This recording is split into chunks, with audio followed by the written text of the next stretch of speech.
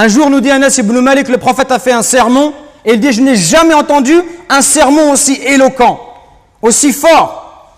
Et le prophète leur a dit, si vous saviez ce que je sais, vous ririez peu et vous pleureriez beaucoup. Si vous saviez la gravité de l'enfer, la dureté du châtiment, si vous saviez tout cela, vous pleureriez beaucoup et vous ririez peu. Et là, les compagnons, ils ont couvert leur visage et ils se sont mis à pleurer tout en couvrant le son de leurs pleurs. Chers musulmans, la question qu'il faut se poser maintenant, quel est le mérite de pleurer par crainte d'Allah? Et pourquoi est-ce que ces gens du paradis, lorsqu'ils étaient sur terre, pourquoi est-ce qu'ils pleuraient par crainte d'Allah? Aujourd'hui, où beaucoup de gens, ils pleurent pourquoi? Ils pleurent pour le dunya. Des gens, ils pleurent parce qu'ils gagnent les élections, ou parce qu'ils les perdent, ou parce que son équipe de foot favorite a été éliminée, ou alors parce que son pays est qualifié en Coupe du Monde. Ou pire que cela encore, quand il y a l'hymne national, avant un match de football, et tu le vois, il est debout, et il est concentré, il a les larmes aux yeux, et il te dit, j'ai des frissons. Aujourd'hui, on a des frissons pour ce genre de choses. Illa man rahimallah. On a des frissons quand on voit le drapeau de son pays, quand on les voit jouer en Coupe du Monde, quand on entend l'hymne national, on tremble. Et quand on entend la parole d'Allah Azza wa Jal, on ne tremble pas, on n'a pas de frisson, on n'est pas touché, on n'est pas ému. Sachez que celui qui pleure par crainte d'Allah, sachez qu'Allah Azza wa Jal, il aime cette goutte, il aime cette larme qui coule sur ton visage. Aujourd'hui, la vie d'ici-bas, elle prend trop de place. On aime trop de dunya, on aime trop l'argent. Au point où même quand on fait la prière, avant la prière, pendant la prière, après la prière, on pense qu'à l'argent. Les commerçants, ils pensent à leur business. Est-ce qu'il tourne, est-ce qu'il ne tourne pas?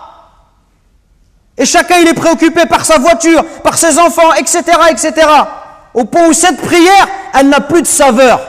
Elle devient thaqilatun ala an-nufus. Elle devient une lourdeur pour les croyants, une lourdeur pour les âmes. Cette prière, on ne la goûte plus, ça devient un fardeau dont on veut se débarrasser.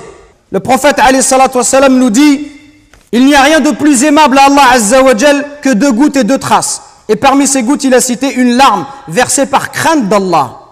Pourquoi est-ce qu'on doit pleurer par crainte d'Allah? Premièrement, parce que Allah Azza wa Jal, il aime cette larme qui coule pour lui. Allah, il aime te voir pleurer pour lui. Même si tu as désobéi, si tu pleures, quand tu pleures, Allah Azza wa Jal, il va te pardonner. Allah, il va te faire miséricorde.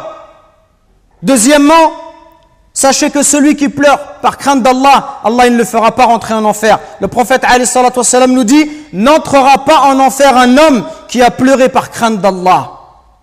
Troisièmement, sachez que le jour de la résurrection, ce jour terrible, où tout le monde sera nu, incirconcis, exposé à la chaleur du soleil, ce jour-là, 7 catégories de personnes seront protégées sous l'ombre d'Allah. Le jour où il n'y aura pas d'autre ombre que la sienne. Et parmi ces catégories, le hadith du prophète alayhi salam nous dit un homme qui pensa à Dieu loin de tous les regards, qui prouve sa sincérité. Il est tout seul et il pense à la création d'Allah. Il voit la grandeur des cieux, de la terre, la grandeur des montagnes. Il voit la perfection de la création d'Allah Azza wa Jal. Il pense à tout ça. Il pense à sa vie misérable. Il pense à sa faiblesse. Il pense au fait que si Allah ne le guide pas, tout seul, il ne peut pas trouver le droit chemin. Il a peur du châtiment de l'enfer. Il espère la récompense d'Allah. Il espère voir le prophète alayhi salatu wassalam au paradis. Il espère qu'Allah lui efface tous ses péchés.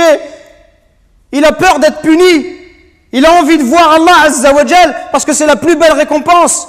Celui-là qui est tout seul, par sincérité envers Allah, et il se met à pleurer, Allah Azza wa Jal, il a pris l'engagement de le protéger. Donc ne soyez pas désespérés, la porte du repentir, la porte de la miséricorde, elle est grande ouverte, mais prenons cette voie-là et détachons-nous de la vie d'ici-bas. Détachons-nous de la vie d'ici-bas, arrêtons systématiquement de parler de dunya et notamment de football, parce que beaucoup de jeunes ils sont éprouvés par ça. Dès qu'ils sont à la mosquée à l'extérieur, la seule discussion qu'ils ont c'est le football et rien d'autre. Pas une seule fois tu les entends parler d'Allah, pas une seule fois tu les entends parler d'un verset coranique, pas une seule fois d'un hadith, toujours et la même chose, le football. C'est Shaitan qui nous a dressé ce filet, comme un pêcheur qui jette son filet à la mer. Shaitan, par ses loisirs, ces divertissements qui sont extrêmement nombreux dans la société de consommation dans laquelle nous vivons, il cherche à dissiper et à éloigner le serviteur d'Allah Azza wa Jal. Et il le préoccupe. Certains par le football, d'autres par la musique, d'autres par autre chose. Au point où le serviteur, il n'a dans son cœur que l'amour de ces choses-là. Et il verra que le Coran, il n'a pas la place qu'il mériterait d'avoir dans son cœur.